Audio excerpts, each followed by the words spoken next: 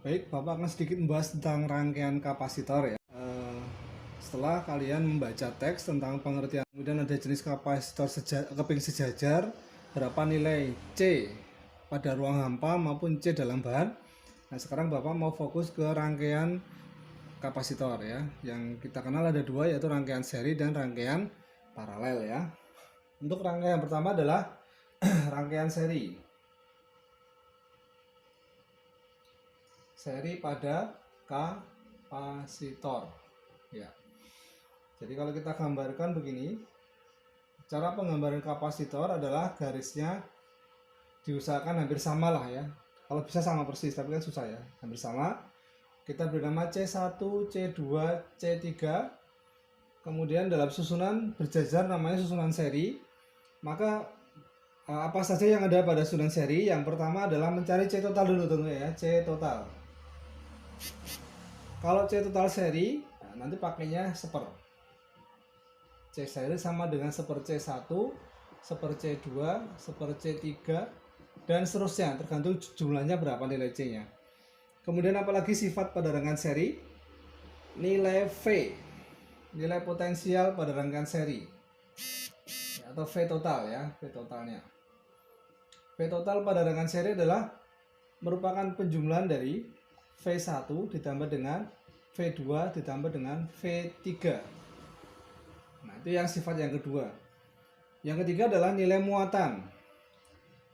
Q total pada rangkaian seri, karena seri maka nilai Q-nya pada setiap kapasitor nilainya sama. Berarti Q total itu sama dengan Q yang pada muatan 1, sama juga dengan muatan pada kapasitor 2, sama dengan Q3, dan seterusnya.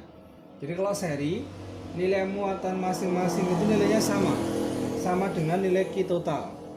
Tetapi nilai V-nya berbeda. V totalnya ini sama dengan V1 ditambah V2 ditambah V3 dan seterusnya.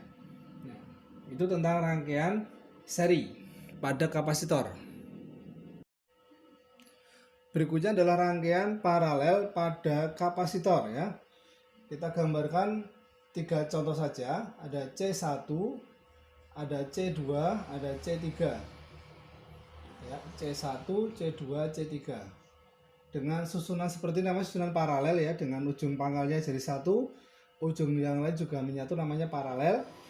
Kemudian kita bahas tentang yang pertama C total atau CT gitu ya, sama dengan, kita sebutkan dengan C total sama dengan C1 ditambah dengan C2 tambah dengan C3 dan seterusnya. Tinggal tambahkan nilai C ketemu nilai C total. Kemudian sifat yang kedua, berapa nilai V. Nah, V totalnya sekarang kembalikan dengan yang seri. Kalau sekarang V total sama dengan nilai V1, V pada kapasitor 1 sama juga dengan V pada kapasitor 2, sama juga dengan V pada kapasitor 3 dan seterusnya. Jadi nilai V pada setiap cabang itu sama ya. Kemudian yang ketiga adalah nilai Q. Nah, Q totalnya berarti penjumlahan dari Q pada kapasitor 1 ditambah dengan Q2 ditambah dengan Q3 dan seterusnya.